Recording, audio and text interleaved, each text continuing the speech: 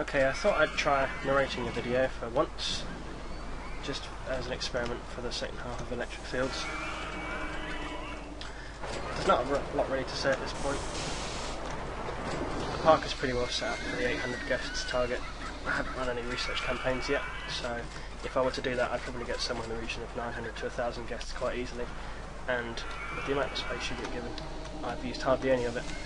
It's a pretty easy scenario really, especially compared to the challenging section which comes later, which I'm somewhat looking forward to LPing, somewhat not looking forward to, because the last time I took an amateur field it was very difficult.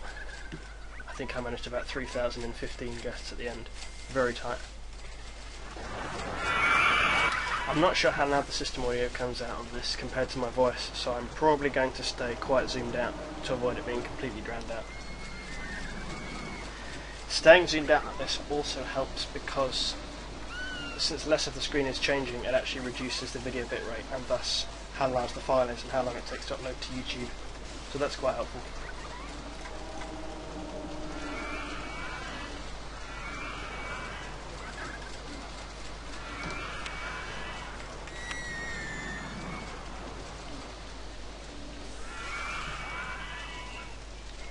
Most of the rest of this scenario is probably going to be just letting this park run its course. I'll probably drop in a couple of extra flat rides. I might decide to do an extra roller coaster if I get very bored. As you can probably tell by now, I don't build that many, because you really don't need to. It's quite enjoyable to do so, but once you've done so many scenarios, building roller coasters for the sake of building roller coasters kind of gets old.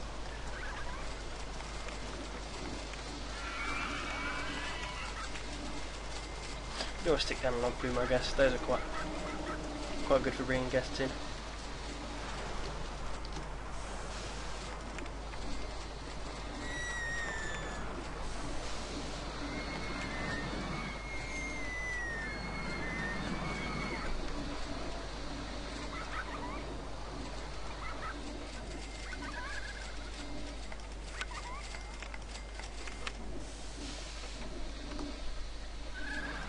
One of the advantages you might notice of placing long queues like this one is the queue can still build up quite considerably if the ride is popular enough, which means that once it starts raining, while no guests will ever queue up for a ride, they'll still remain in the queue, so you can essentially carry on making money during the rainy times, which you won't otherwise be able to do if you have very short queues, because no one will be interested in going on the rides. The tricky bit is balancing the queue length so that the queue isn't so long that the guests get bored and leave the queue. Queue line TVs, which are a new feature in RCT2, do help with that and mean that you don't have to spend so much money on hiring entertainers. Generally though, if you do have to hire entertainers to stop guests from rage quitting the queues, you probably made them a bit too long and can do well to shorten them. Once guests get to the point where they're sufficiently peed off to warrant leaving the queue, they will actually be at least down to normal happiness. So if I can find which face it is, this face, and once it gets to that stage, instead of one of these or one of these or one of these, that will start having an effect on your park rating, because the general happiness of your guests will go down. Because if you've got a queue that's long enough to cause guests to be angry and leave it, it means there's probably sufficiently many people in it that there will be a lot of people with this face, or possibly even this face. So generally want to avoid that if you can. I'm not sure how well a job I've done here. 86 people in the queue for Vortex. Yeah, see, these guys aren't happy. So this queue is obviously too long. I can try dropping an entertainer in. I don't think I've done so already. No, I've not got any entertainers.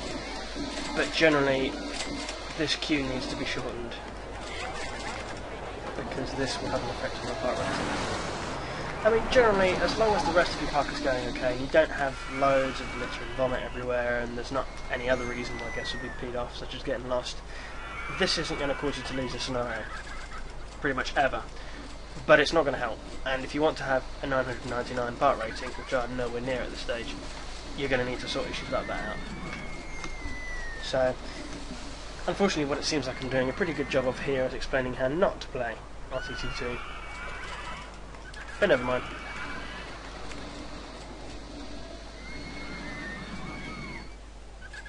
This thing also, this boat hire without any track on it, you would think it'd be pretty easy for the guests to manage to find their way from here round the lake into here, but it's surprising. Sometimes you do get a case where they're basically just stuck going round and round in the lake and go, I want to get off this ride, and have unhappy face.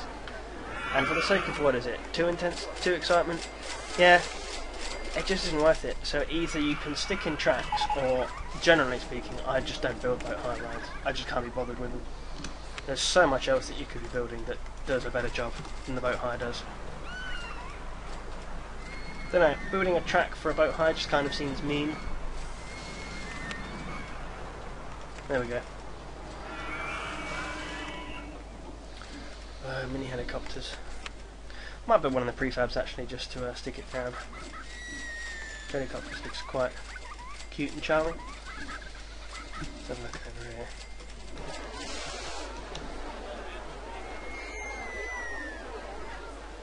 There's the path coming out.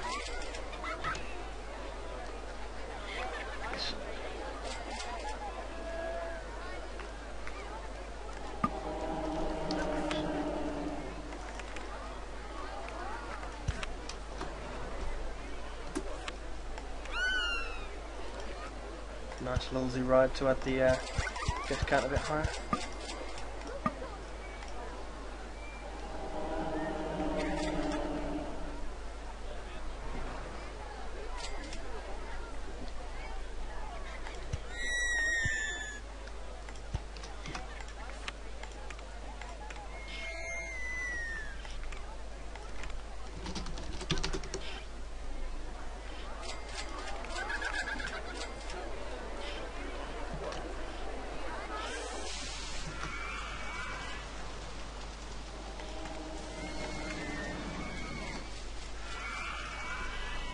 It does seem to be raining quite a lot in this part.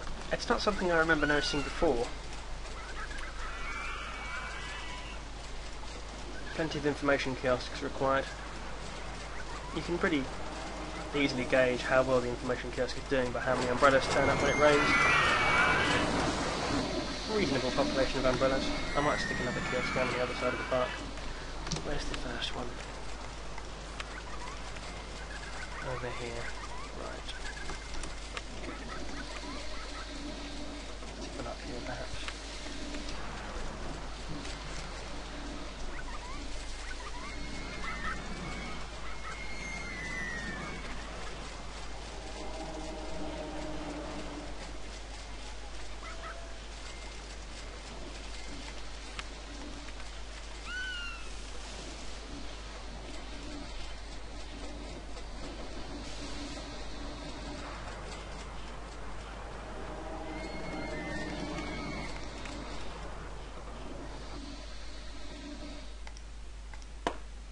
Always fun doing that. Especially when the scenario ends and all of the guests let go of the balloon so they can clap.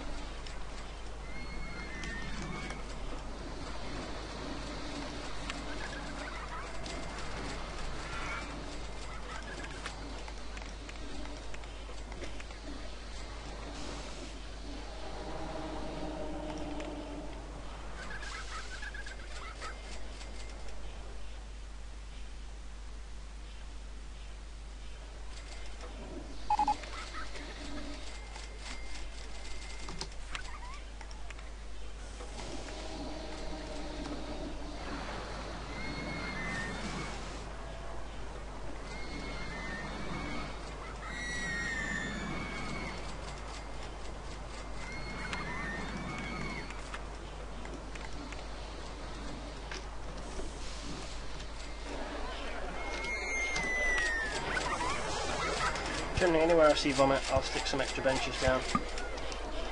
But one of the really infuriating things about the game is if a guest has... There are 3 levels of nausea in terms of the faces that RCT2 uses, same as the original. This is the epic sick face, and then there's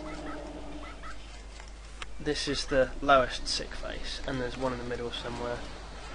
I think it's this one. Yeah, that's the middle sick face.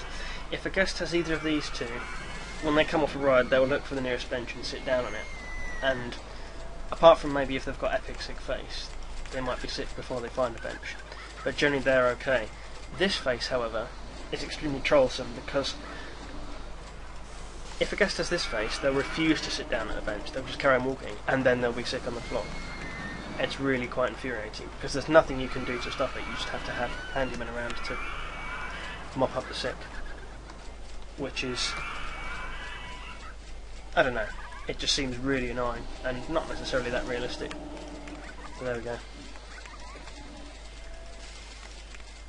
I'm not sure I quite have the heart to charge £3 for a Jellycopters ride, but we will see.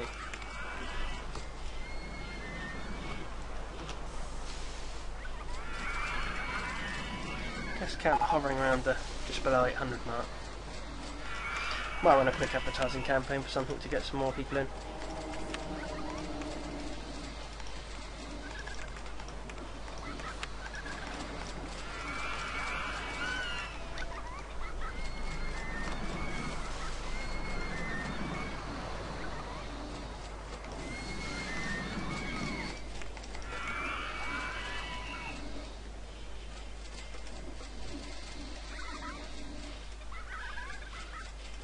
Jenny is really good value.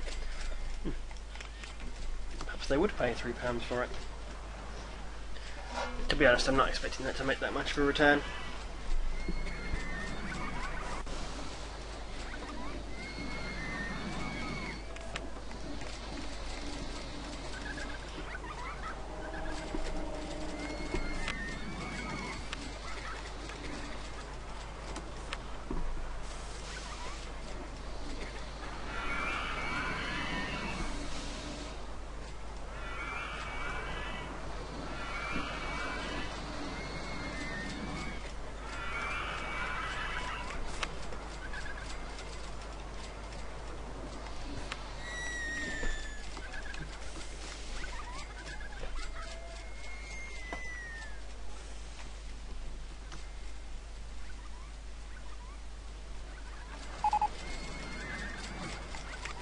You might have noticed in one of the first videos I uploaded that I turned the music off in the game because anybody who's played RCT for any amount of time is eventually going to get sick of the merry-go-round music.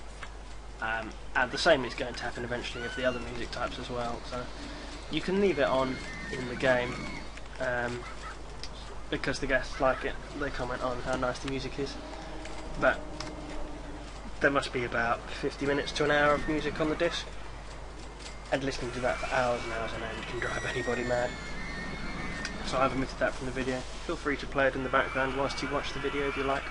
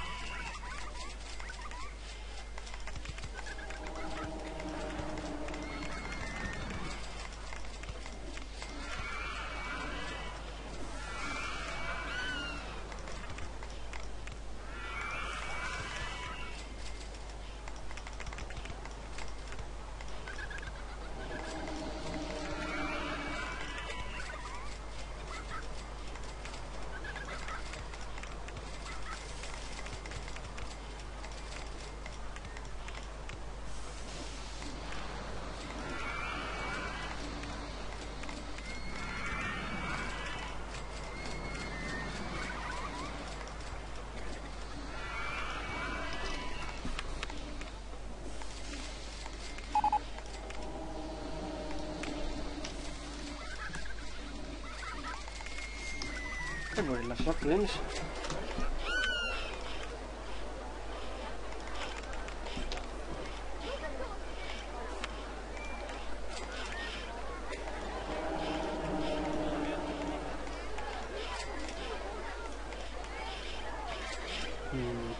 It's a bit garish.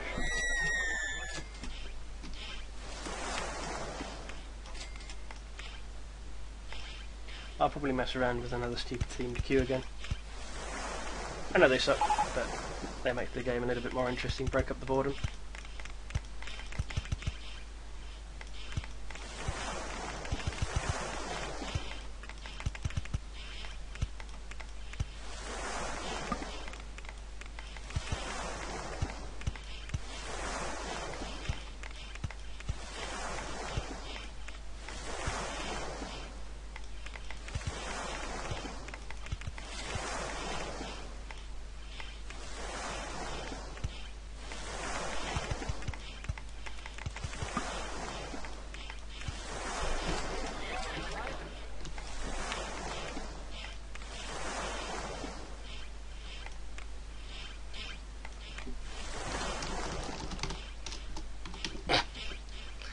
That was close.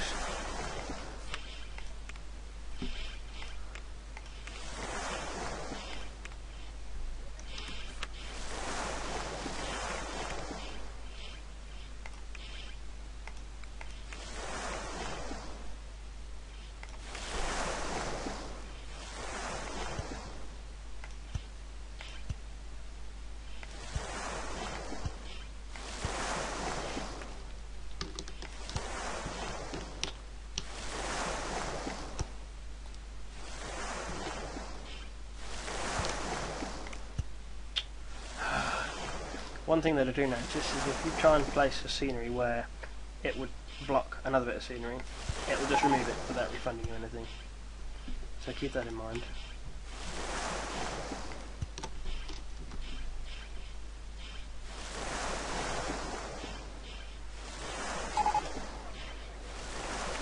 Space rings.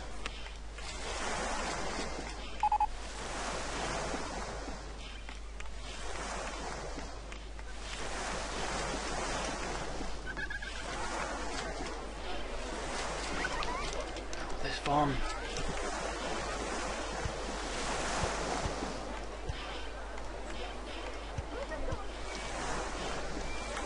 Stick an extra handyman down here.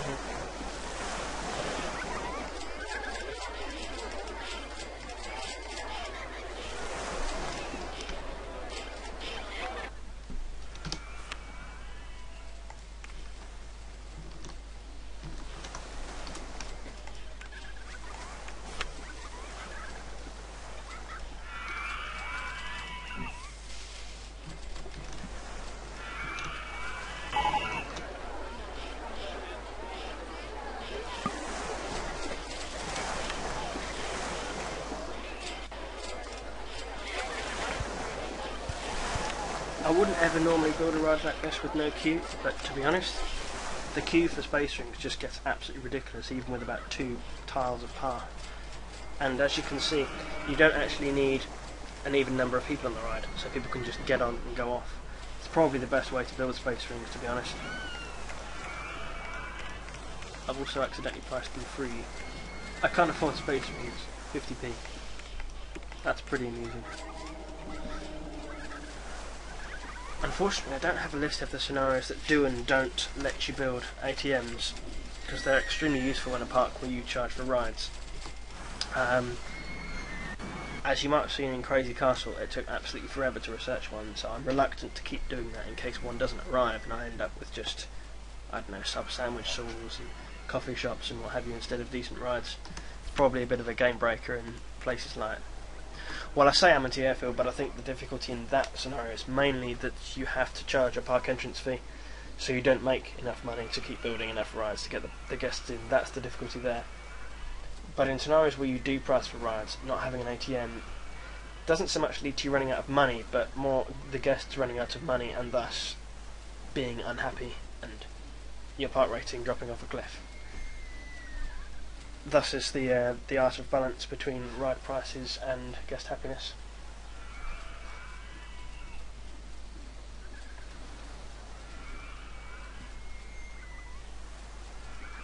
Fortunately though, for a 2-year scenario it's not usually so much of a problem. It's 4 years when you have more difficulties, because the guests have been in the park for so long.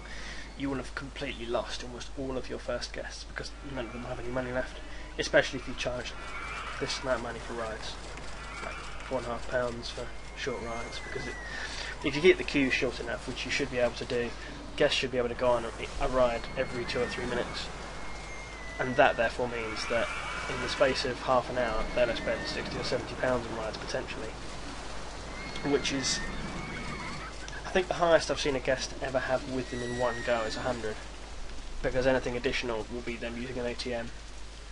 So that doesn't give any guest longer than about an hour to an hour and a half in a park with ride prices like these, probably less.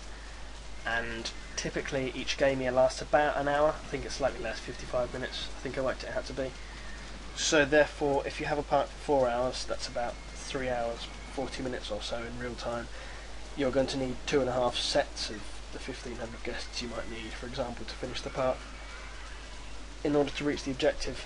That can be tricky sometimes. I mean, here I've had, where are we? I've got 890 guests, but I've had 280 additional guests than that have already come in and left.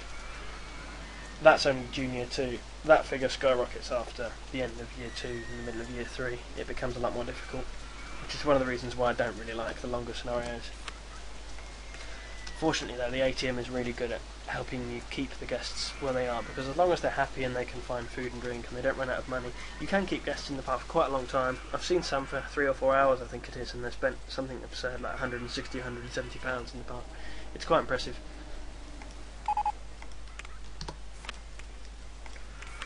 I think it's high time we hire a new mechanic after that.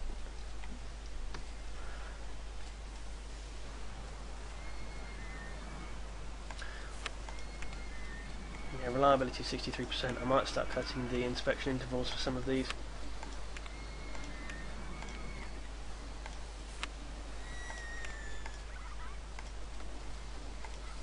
Something I like to do periodically for rides like this is look at the total income that they've made over the time they've been in the park.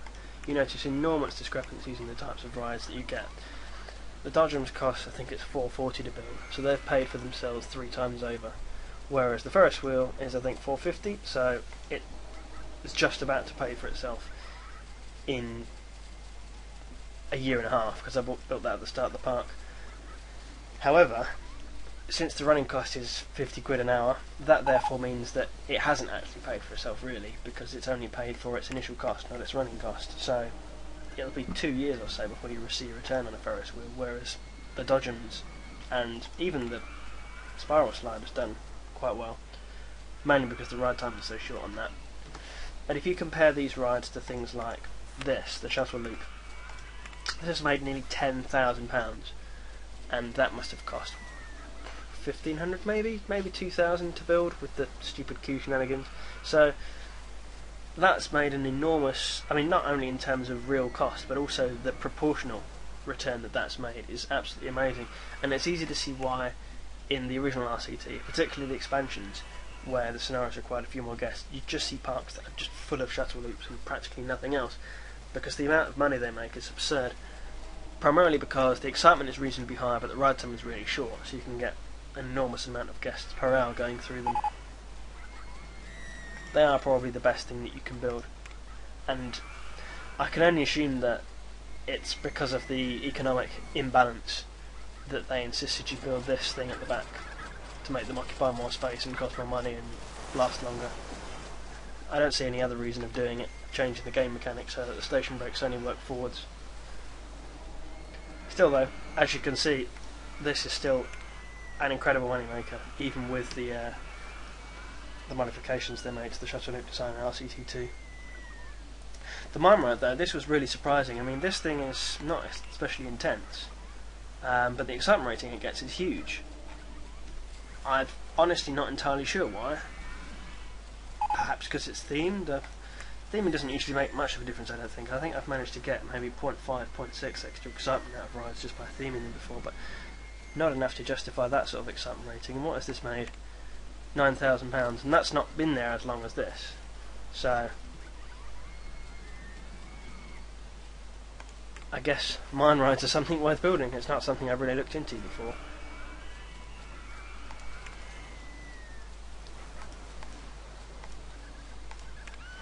Swinging ships have made a good return as well. Again though, of course, this is entirely limited to parks where you can charge for rides. Anywhere else you have to use the policy of charging park entrance fee based on what's in your park.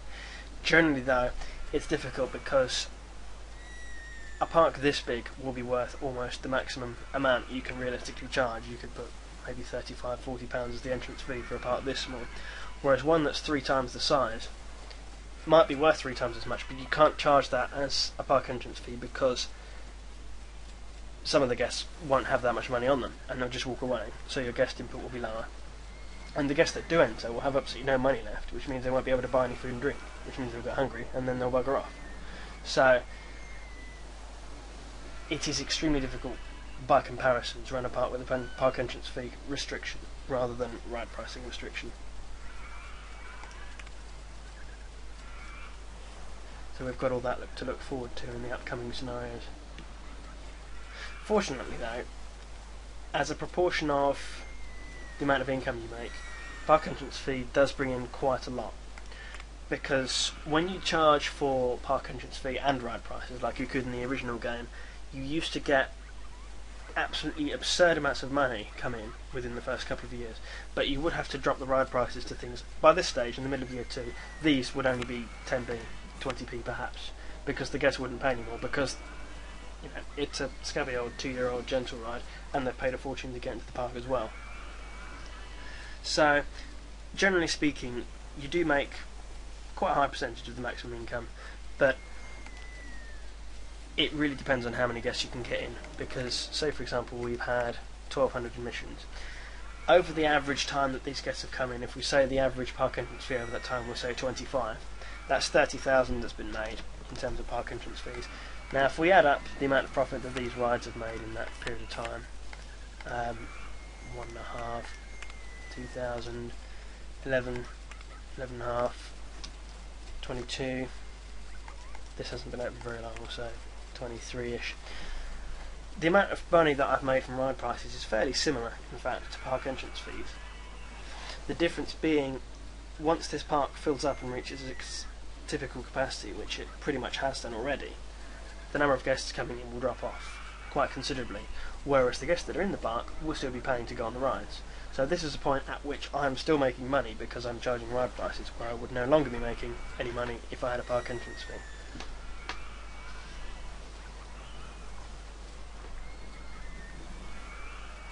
The economics of the game is something I never really considered when I played it the first time round with the original RCT, but that was also when I sucked at the game and I couldn't actually pass scenarios like Mystic Mountain. So it does somewhat highlight its importance, because the people that pay proper attention to what you can get away with charging for rides or a park entrance fee makes an astronomical difference to the amount of money you make. Originally I'd be passing scenarios with perhaps, in the original RCT, when the park value was 1/10 of what it was now, I'd have a negative company value because I'd always finish the scenarios with my loan outstanding, whereas that almost never happens now.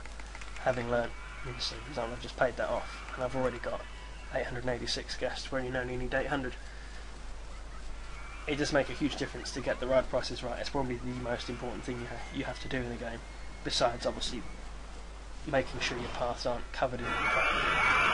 Because park rating drop-offs due to litter and vomit are just absolute game enders, utterly in the scenario. If you haven't sorted that out, your park rating will drop down to 400, 300 and you'll fail the scenario because of it.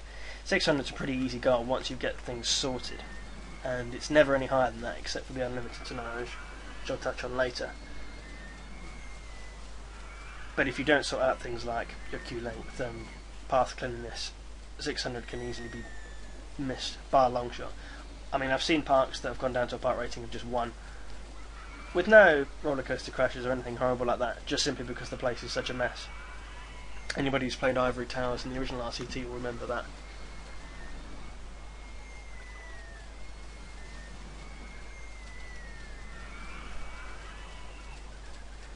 Video length reaching 31 minutes now. This is my first experiment at uploading a YouTube video longer than 15 minutes.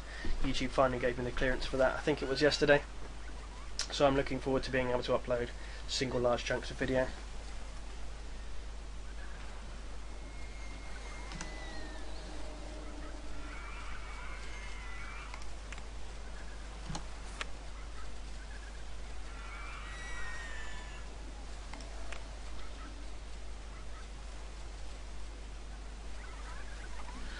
Well, we're out of gentle and thrill rides now. That seems there aren't any transport rides to research.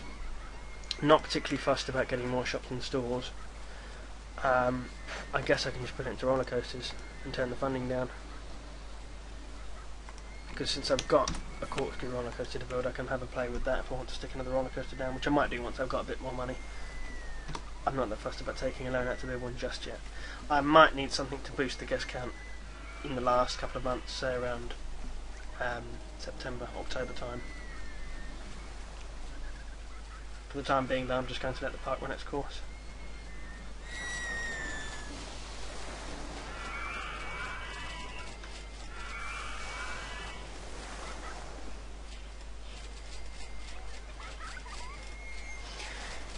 If the commentary on this video has been remotely interesting and you'd want to see me do more of it, please do leave a comment on the video or in my channel, either of them.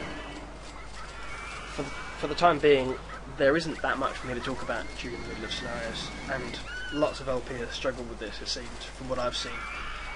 You end up just talking about random crap for hours. Someone who's got a voice like mine, that's going to get really boring, so I'm going to try not to do that.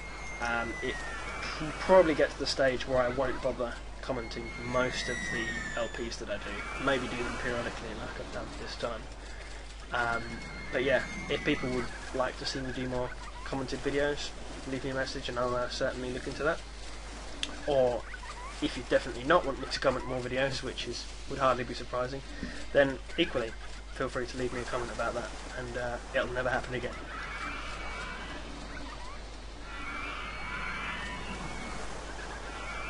With regards to commenting each video, it's probably going to be quite difficult because there aren't that many occasions I get when I'm not likely to have any interruptions.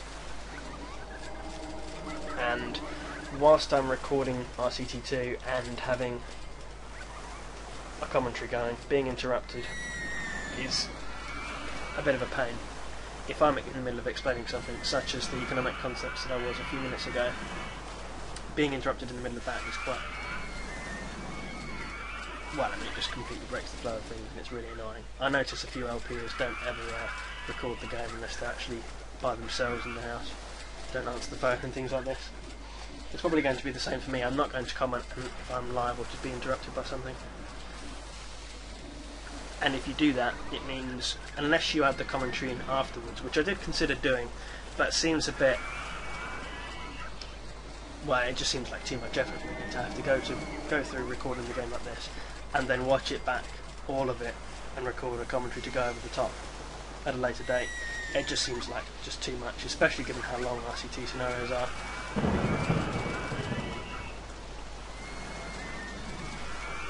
So yeah, if I did limit myself to only uploading videos with commentary done as it was being recorded, I wouldn't be able to upload that many videos really, per week, a month, whatever.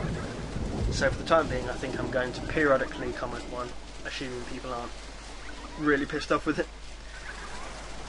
Otherwise, just leave them without comments, like I've done with Crazy Castle in the first half of Electric Fields. What's the point? I forgot to save the game until I told me I want to do that.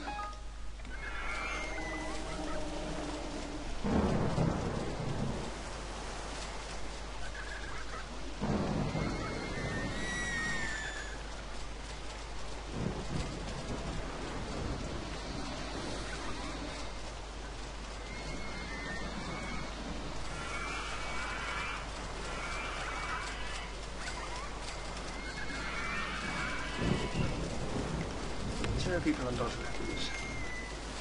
Aha! Encountered our first ride prize reduction.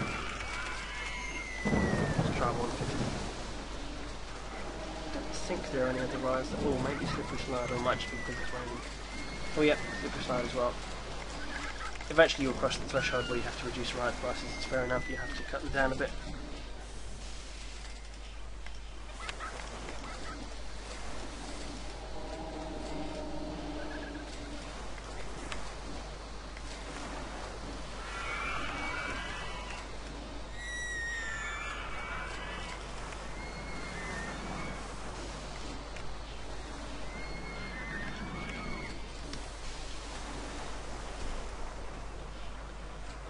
Haunted House might be another ride that I need to cut the price off. Maybe not.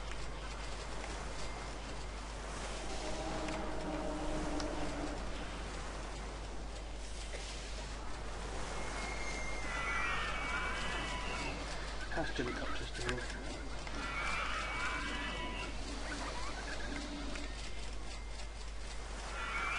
Seems okay. It's not making a great deal of money, but I wasn't expecting it to. It's just a nice little thing to have with themed rides like this. The scenery is nothing special. I could probably have come up with something like that myself, but it requires imagination and effort. When you're extremely lazy like me, you like to build prefab rides, or ones with basic scenery like field effect.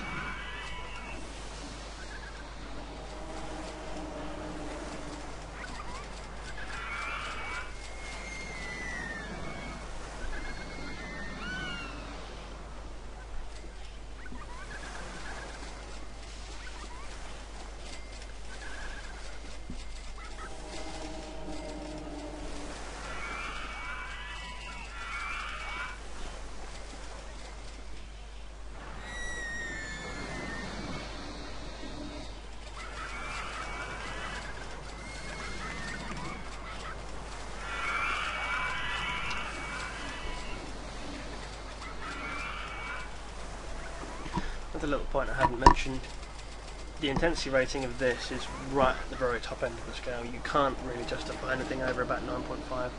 Certainly 10 is definitely off limits. It's basically just derived from how tall they are, so don't make them any bigger than this. How high is this one? 190 feet. So if you have anything higher than 190, 200 feet, it's beyond what guests can cope with. I'm not sure I really see why that is, but that's how the game mechanics work. So no launch free falls higher than 200 feet. It is fun playing around with the original game and building them all the way up to height level 61 and seeing it's like 15 intensity ultra extreme, but it's completely pointless in a new park because no one will ever go on it. One thing that you do notice is if you have a ride that hasn't got its stats yet, say for example you've modified it or you've just opened it before testing it, almost nobody will go on it these days. In the past it was a bit of an exploit to get behind rides that had intensity ratings that were too high because guests would go on them without knowing how intense they were, and you could get away with charging money for rides that had ultra extreme 16 or whatever. But generally speaking, nobody will go on rides that haven't been tested anymore.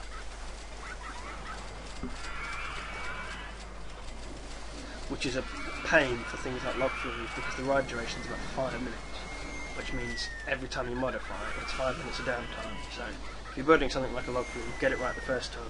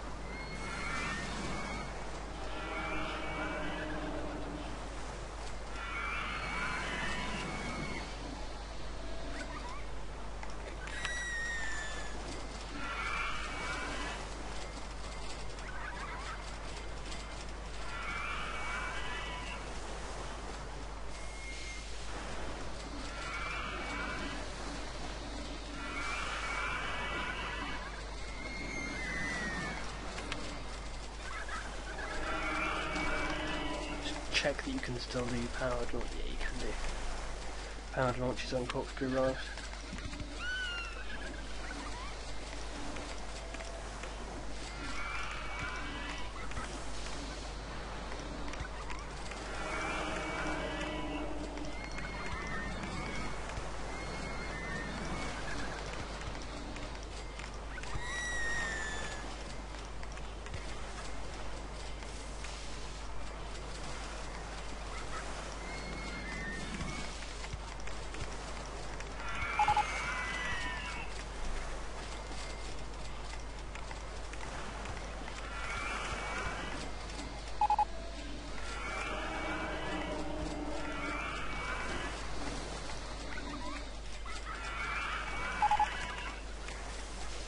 Ah, so you can only launch them at a small speed. That's quite annoying. Right, in that case, we'll do it this way.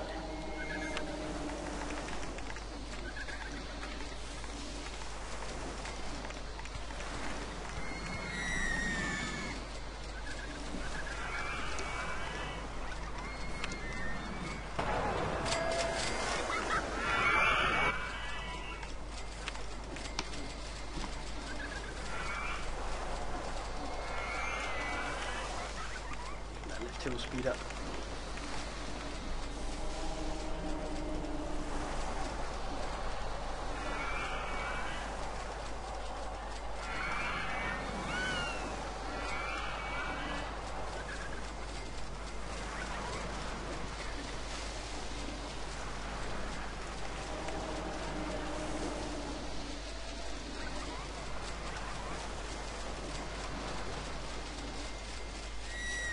Well, that clearly hasn't worked.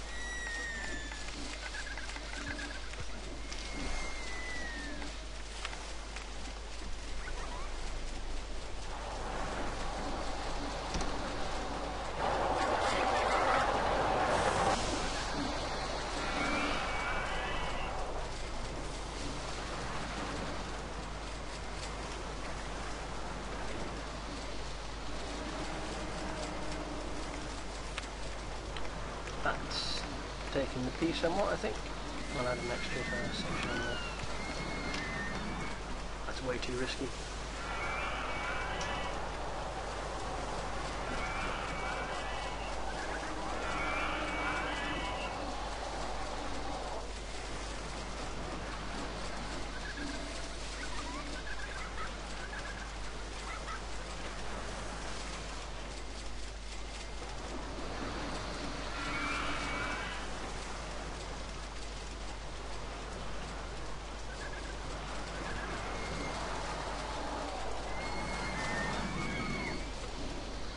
Seems alright.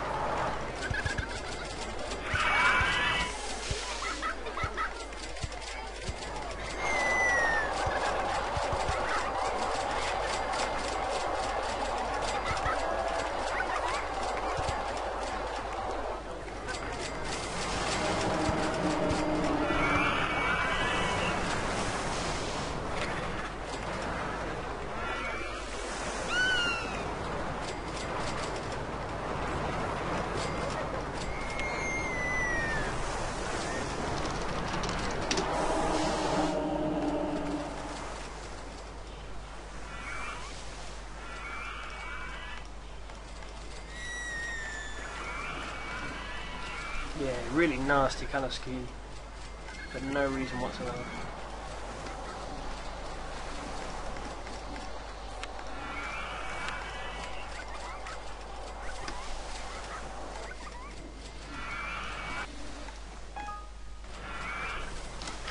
Quick last minute advertising boost, I think.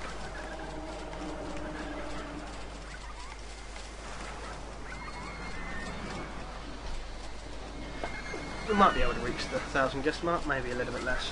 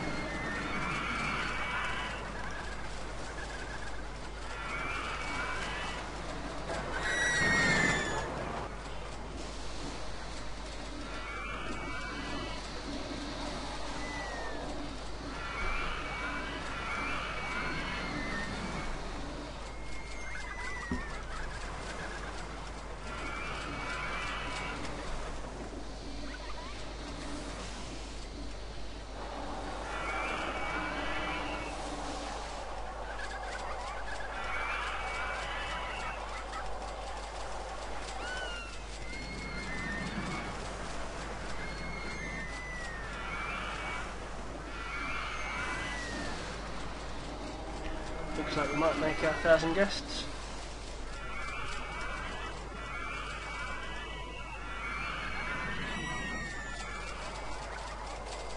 If only people would stop leaving.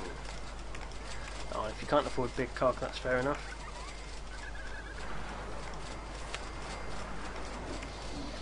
He's out of money.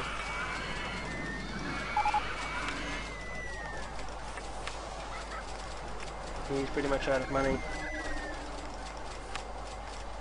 So is he. Yeah, it's all a financial issue. If we had an ATM, they'd probably all still be in the park. It's kind of annoying.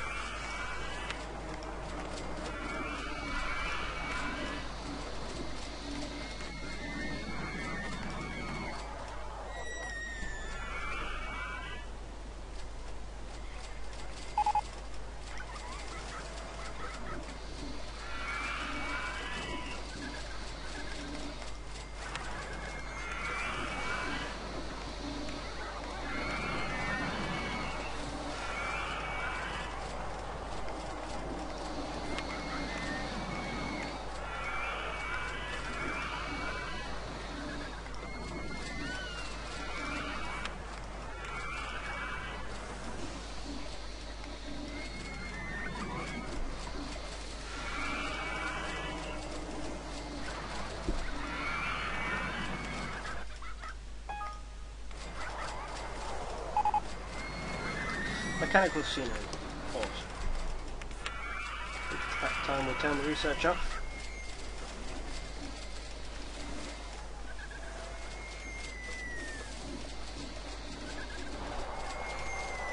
It's interesting though, because in RCT2, if you only have a 2-year scenario, they only give you a couple of years worth of research, if you put the funding up. In the original game, you'd have a single year scenario like Forest Frontiers, and they'd give you about a 6-year research tree, so...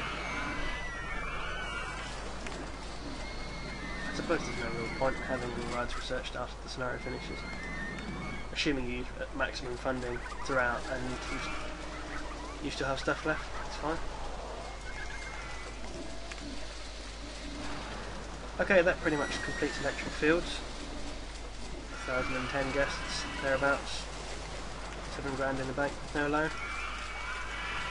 As you can see, I've not exactly built much. Most of the park area is still free to use. But that's to be expected of these as well. Oh, it was 700, not 800. Way above then in that case. So yeah, thus completes another easy scenario. Factory Capers comes next, and then we start on the tricky ones. It's going to be interesting. Well, thanks for watching, I suppose, if anybody did.